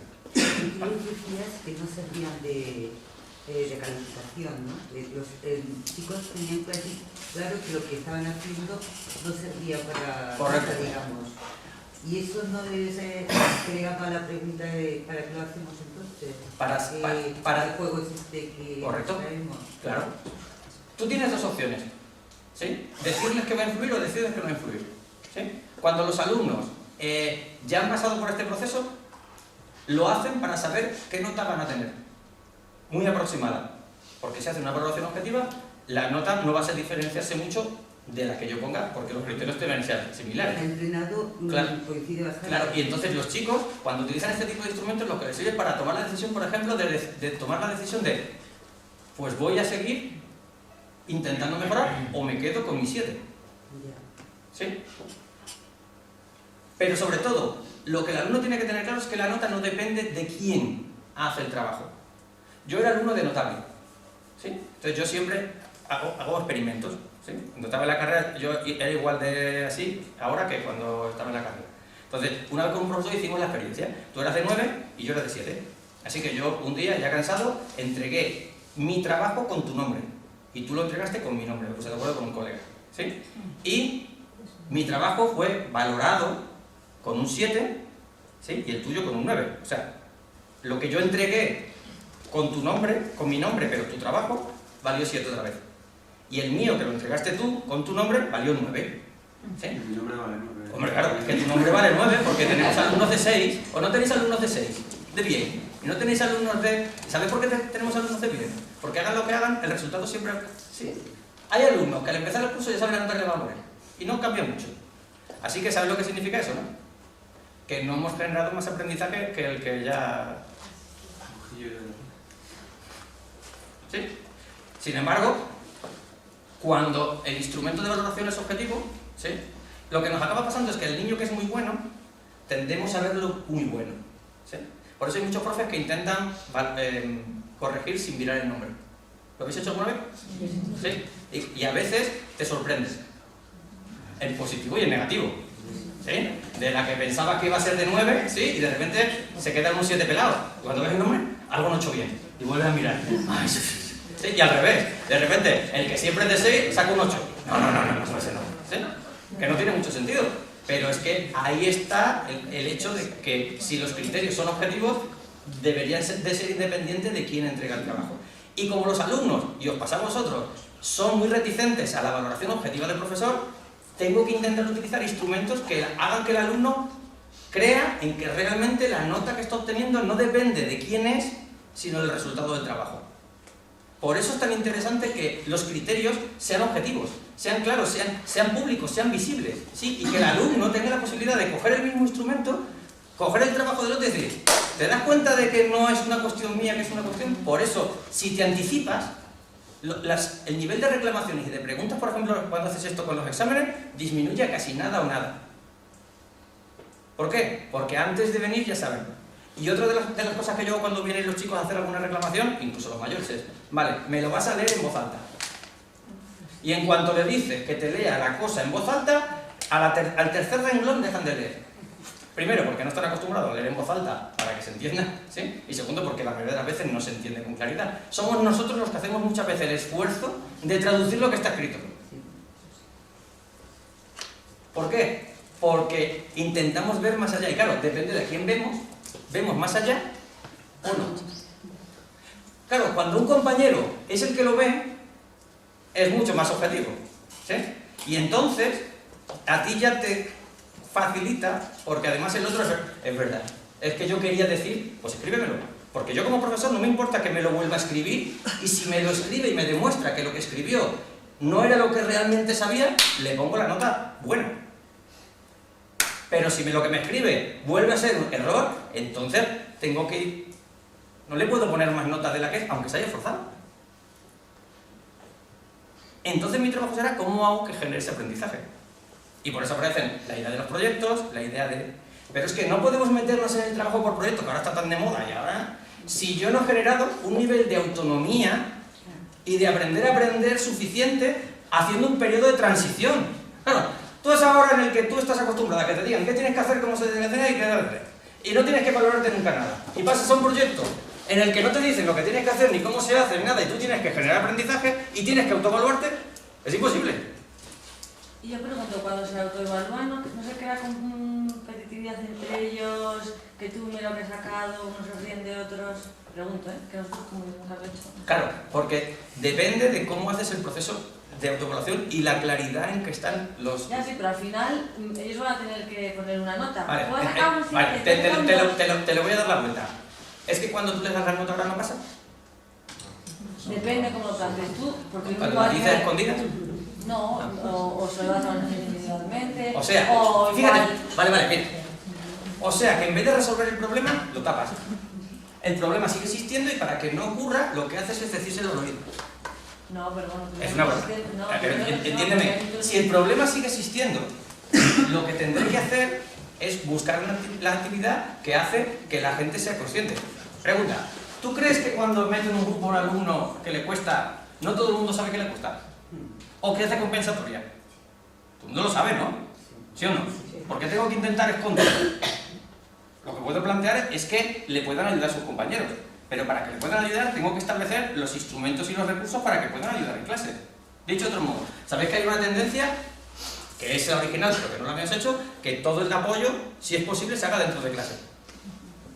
Sí, pero no lo hacemos. ¿Por qué? Porque si la profesora está dando clase, ¿cómo va a ayudar al alumno? Solo puedo hacer el apoyo si en clase hay una dinámica de trabajo diferente.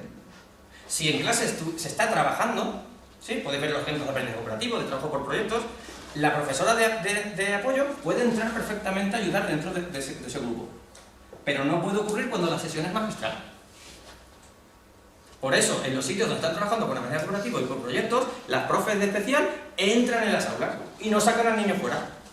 Así que pueden ayudar a que los compañeros trabajen con él sin necesidad de excluirle. El problema es que muchas veces, cuando las diferencias se hacen grandes, los niños no saben cómo ayudarlos. ¿Sí? Os enseño, pues me voy a hacer un montón de cosas. Vale. Una cosa rápida. ¿Sabéis diferenciar entre procedimiento de evaluación, instrumento de calificación, criterio de calificación? A los opositores esto es muy útil. Para los que estén de tribunal, también. ¿Sí? Para los opositores, vale. Procedimientos son ese conjunto de cosas que sirven para valorar a un alumno. ¿Vale? Por ejemplo, un procedimiento es la observación sistemática. ¿Vale? Otro procedimiento es la producción de los alumnos. Otros son los exámenes o las pruebas objetivas. ¿Vale? Esos son procedimientos para obtener información. ¿Vale? Los instrumentos son el tipo de cosas que están en ese procedimiento. Por ejemplo, un registro de notas, una plantilla, una hoja de observación, ¿sí? Una lista de control, son instrumentos de un procedimiento que es observación sistemática. ¿Bien? Pero esos instrumentos se concretan con documentos como las rúbricas, escalas de valoración, ¿vale? Así que nuestra programación debería haber procedimientos e instrumentos, ¿vale? De evaluación y de calificación. Porque hay cosas que son para evaluar, pero que no se usan para calificar y al revés, ¿vale? Vale. El instrumento de evaluación tiene criterios para la evaluación o de valoración, pero no tiene criterios de evaluación. ¿Por qué un instrumento no tiene criterios de evaluación? Vale, voy a hacer la pregunta más directa, de la de GOM, ¿vale? ¿Las unidades didácticas tienen criterios de evaluación? ¿O no? Ya he dicho que era GOM, ¿vale? Vale. Entonces, pues yo siempre lo he puesto, ¿vale? Pues ahora voy a intentar demostrar que el Ministerio, desde 1990, dijo que no había. Bueno, yo puedo hacer lo que me dé la gana en mi casa, ya lo sé, ¿vale? Yo puedo hacer lo que me dé la gana. Pero, ¿no es verdad que cogéis vuestras unidades didácticas, veis los objetivos didácticos, cogéis el criterio de evaluación y es lo mismo pero sin la R? Bien, ahora la pregunta metafísica es esta. ¿Para qué escribo dos veces lo mismo? Porque siempre fue así. Como lo de castigarse. Que siempre fue así. Ya. Pero la pregunta es, ¿por qué me dicen que no tiene que haber criterio de evaluación? Porque los objetivos didácticos funcionan como criterio de evaluación. Ahora os lo enseño dónde viene escrito para que lo veáis y no me lo he inventado. ¿Vale? Si quiero seguir poniendo criterios de evaluación en la unidad didáctica, me parece bien, pero escribir 2 veces lo mismo. Eso sí, cuando pido buscar los procedimientos e instrumentos de evaluación, los instrumentos de calificación y los criterios de calificación para sacar un 5 en la unidad, ¿oh? En esa unidad didáctica, ¿cómo se saca un 5? Si yo soy el padre y yo te pregunto, a ver, ¿qué tiene que hacer para sacar un 5? Dime cuáles son las actividades de calificación, el porcentaje que tienen y el instrumento y el criterio de calificación para tener un 5 en esta actividad o un 10 en esta actividad. Así que, ¿para qué me sirven esos supuestos criterios de evaluación? Conocer las partes de no sé qué. Y criterio, conoce las partes de no sé qué. Ahora con los estándares deberían servir para relacionarlos con los objetivos didácticos. Pero como son todos los mismos para todos los cursos, ¿sí? Vale.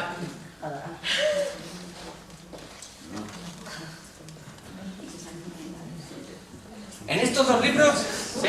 Que a algunos les sonarán, los que sean de mi quinta, ¿sí? Y más allá no, pero los de mi quinta les sonarán, ¿vale? Correcto.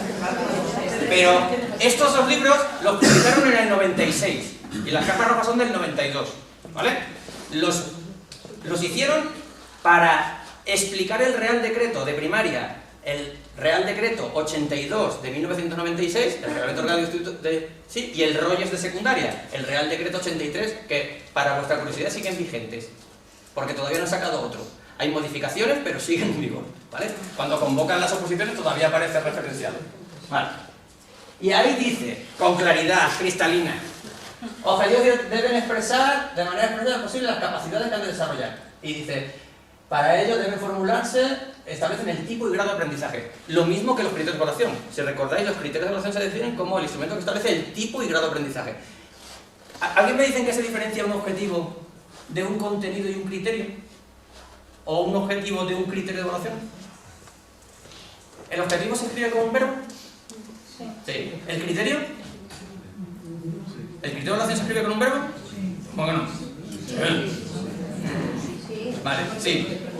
¿Y entonces en qué se diferencian los objetivos de los criterios de evaluación del curso?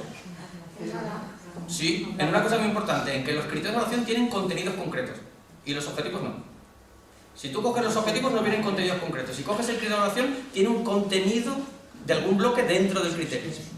Y no todos los criterios de evaluación tienen relación con todos los contenidos. O sea, me dicen los criterios mínimos. El tipo y el grado de aprendizaje en cada curso.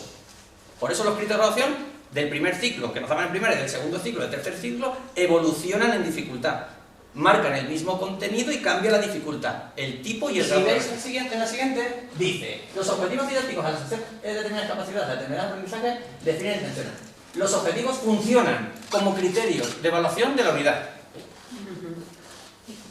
Así que si los objetivos funcionan como criterios de evaluación, lo que me están diciendo es que no hay criterios, porque el criterio es de curso y mis unidades didácticas, varias unidades didácticas, intentan decir si se ha alcanzado este criterio de evaluación. En lengua, si tienen que aprender a manejar el diccionario, habrá más de una unidad didáctica que hable del manejo del diccionario, ¿cierto? Al terminar el curso soy yo el que dice si han superado este criterio de evaluación o no, con más de una unidad didáctica. Por eso los objetivos didácticos funcionan como criterios de esta unidad. Por eso las unidades didácticas no tienen criterios. Bueno, ¿eso se puede interpretar? No, se puede interpretar. En ese mismo libro te explica lo que tiene que tener una unidad didáctica, ¿sí? Y no viene, mirar abajo, no viene criterios de evaluación. De hecho, en la convocatoria de oposición, ¿quiénes son opositores? ¿Alguien opositor? Vale. ¿Qué te dice la convocatoria de oposición? Que tiene que tener la programación didáctica. Te lo digo yo. Objetivos, contenidos, criterios de evaluación, ¿sí? Metodología y atención a la organización específica del medio educativo. Objetivos, contenidos, criterios. Y en la unidad didáctica, objetivos de aprendizaje, contenidos y procedimientos de evaluación. No dice criterios de evaluación. Y no es porque se hayan equivocado, ¿eh? ¿Sí? Así que, si yo en mi unidad didáctica tengo unos procedimientos e instrumentos, las rúbricas, las escalas de valoración, son la cosa con la que yo digo la nota que obtiene mi alumno. O sea, sirve de documento para concretar los criterios de calificación o los criterios para evaluar una actividad si no es calificable. ¿Vale? Y ahora os enseño varios ejemplos. explicándole, esto es explicar.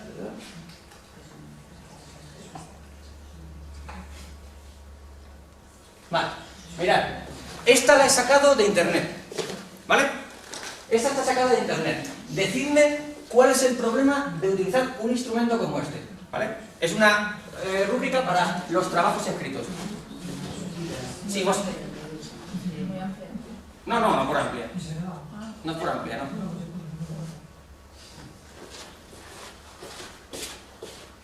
¿Qué es muy bueno, excelente? Correcto. Que si yo la quiero utilizar para calificar, convertir el 5 en excelente, es que para ti y para mí el excelente es lo mismo. Para ti y para mí, para ti y para ella, un resumen. Para ti esto es un 8 y lo mismo es un 4 para ella. Y la producción del alumno es la misma. ¿Sí? Así que necesitamos que eso sea objetivo. ¿Vale? Si no, la rúbrica no tiene ningún valor, ni ningún sentido, para nadie. ¿Vale? Vale. Eso es un ejemplo. ¿Sí? Fijaros, si tiene esta forma, 4 columnas, ¿sí? Con 4 niveles, establece la idea de rúbrica. ¿Vale?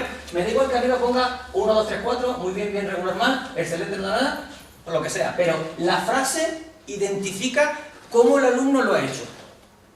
De tal manera que, si la frase es clara, el que lo está valorando, sea el propio alumno, sea un compañero, sea el profesor, ante el mismo producto darán el mismo feedback.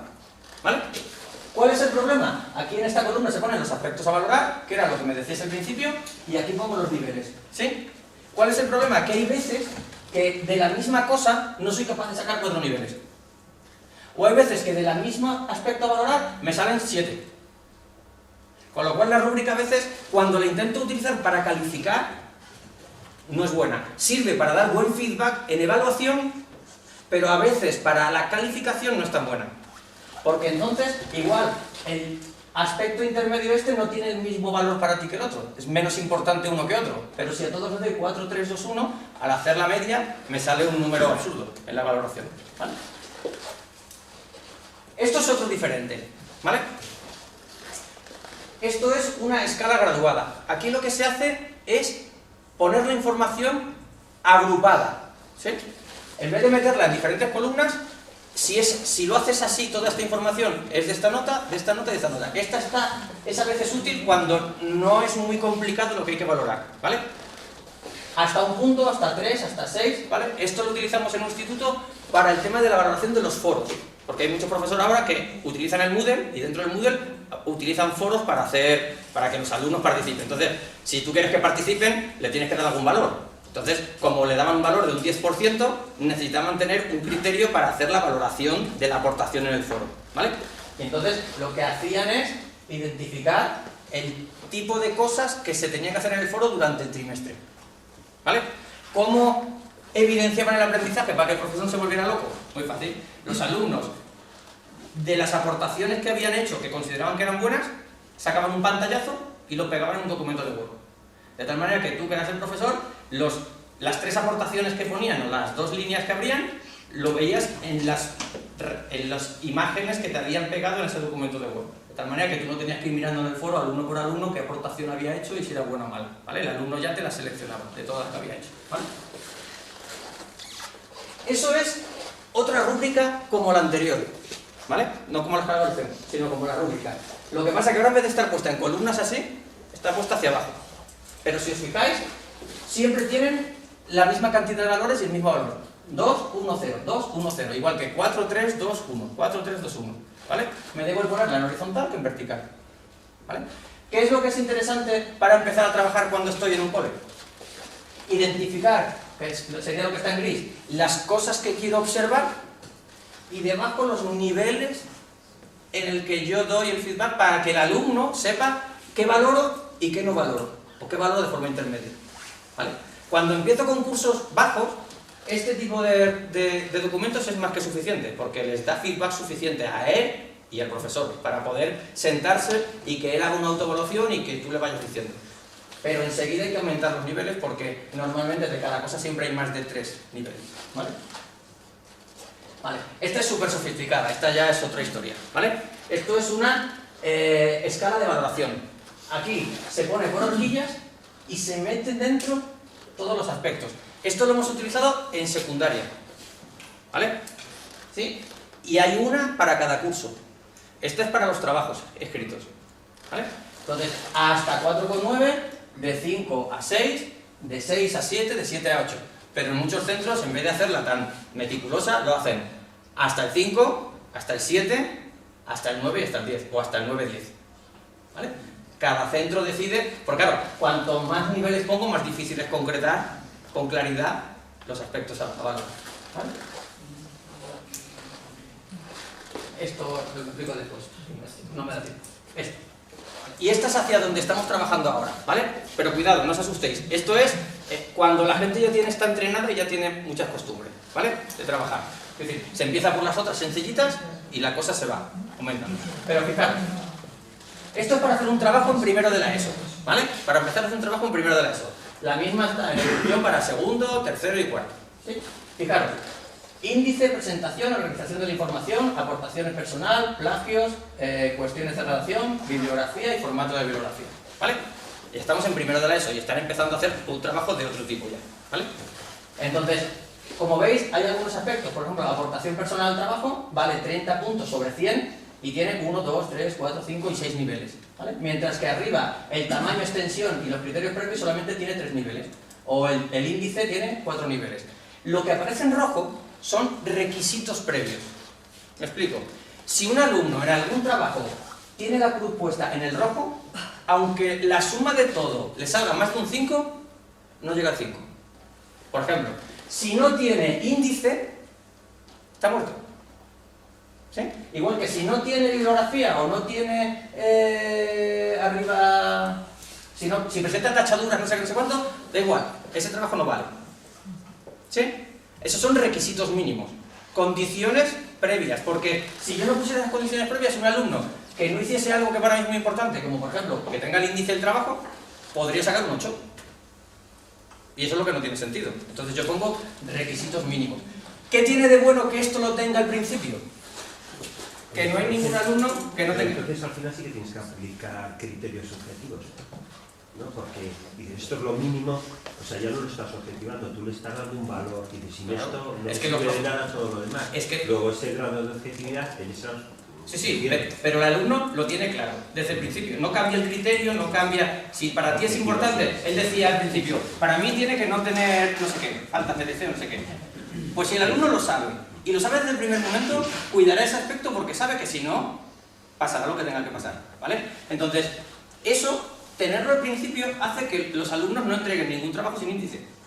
Porque como hay una evaluación formativa, si en la primera entrega intermedia el trabajo no tiene índice, le dice, ¿te has dado cuenta que no tengo índice? Ya, pero no lo tengo que suspender. O no lo tengo que aprobar habiendo no hecho una determinada cosa. Y todavía tengo otra posibilidad. ¿Qué implica? Que para hacer un trabajo de evaluación formativa, un consejo. No lo hagáis como con lo que estáis haciendo ahora. ¿Me explico? Si ahora le pides a los alumnos 3 trabajos, ¿sí?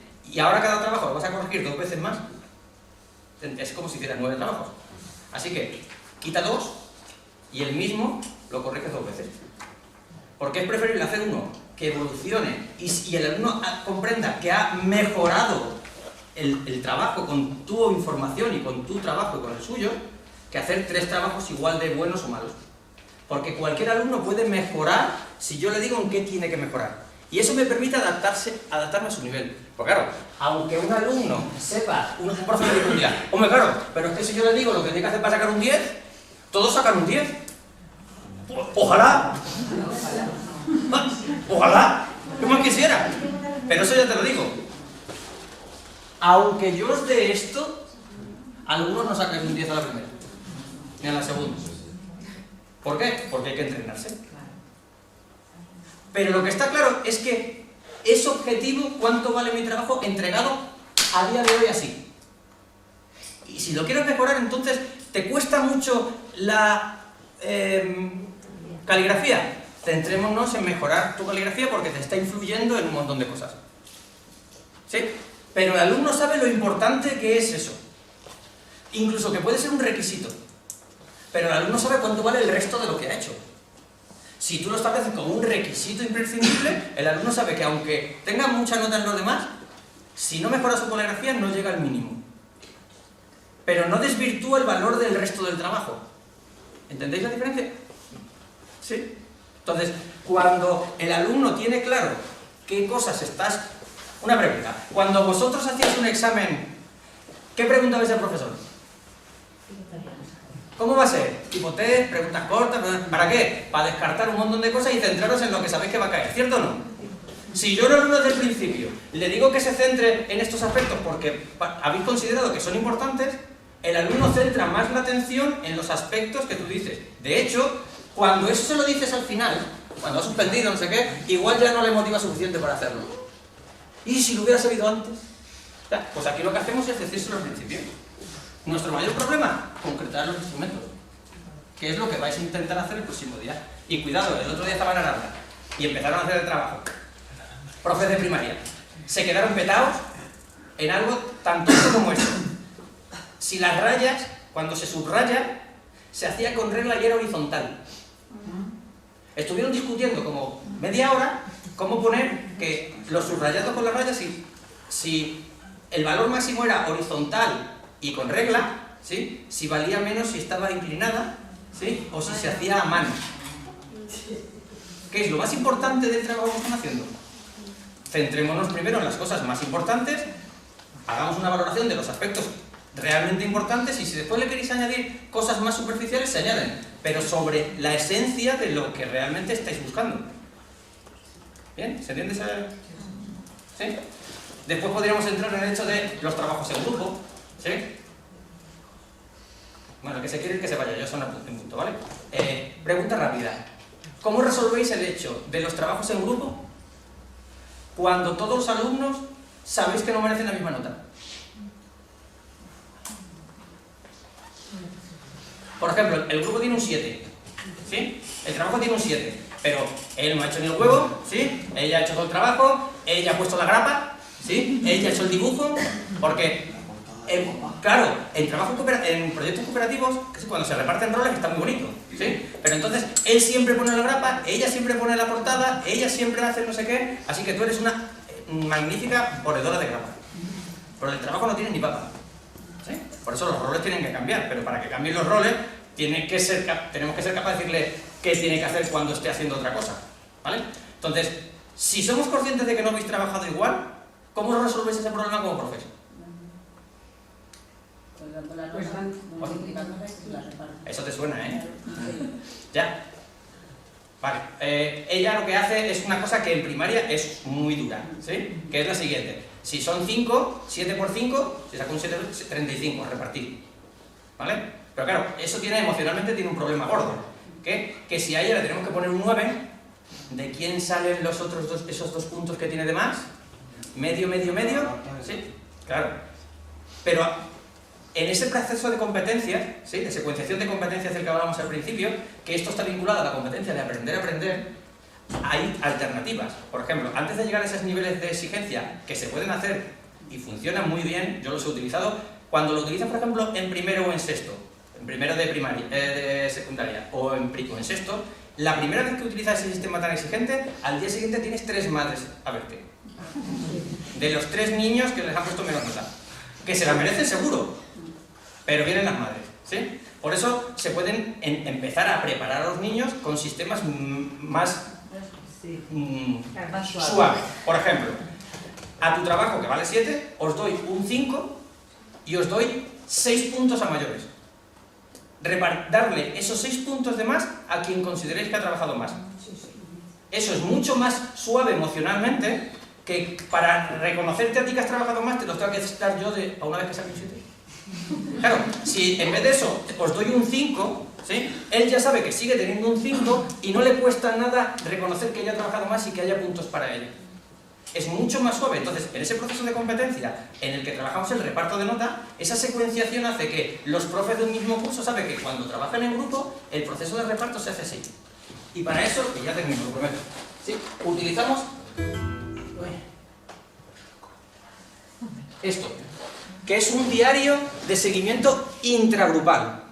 Es un trabajo que, como nosotros hacemos el trabajo en clase y no fuera, porque es imposible hacerlo fuera en muchos casos, ¿sí? Estamos castigando a los niños que hacen actividades porque no pueden trabajar en grupo, haciendo el trabajo ellos solos, para poder seguir sacando buena nota, porque además van a música, a inglés, a no sé qué, no sé cuánto, y no se pueden juntar con otros compañeros, acaban haciendo el trabajo ellos en casa, ¿vale? Para que los otros tengan la misma nota. Entonces, como nosotros trabajamos en clase, esto lo que sirve es para que el grupo valore a cada compañero el trabajo que ha hecho ese día.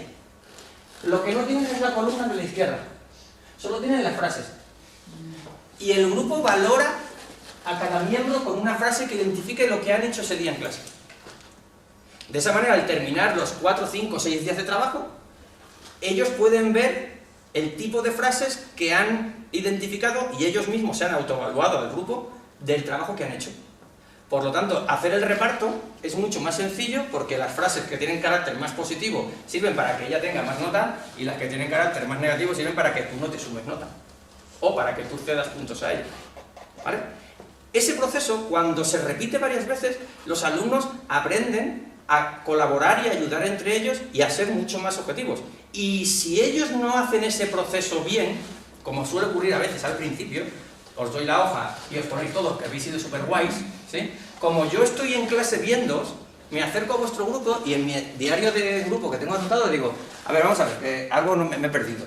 Porque yo en los últimos 5 minutos de clase le doy la hoja y me la vuelvo a llevar a casa para mirar qué han anotado. Y digo, a ver, yo acepto que ella ha estado trabajando y ha participado, pero tú pones que has trabajado y que has aportado ideas y que has estado trabajando con el grupo y yo te he visto 3 veces irte a hablar con el otro grupo, aquella esquina, y no has estado aquí. ¿Me queréis explicar para qué estáis haciendo? ¿Sí? Y haces ese proceso de reflexión.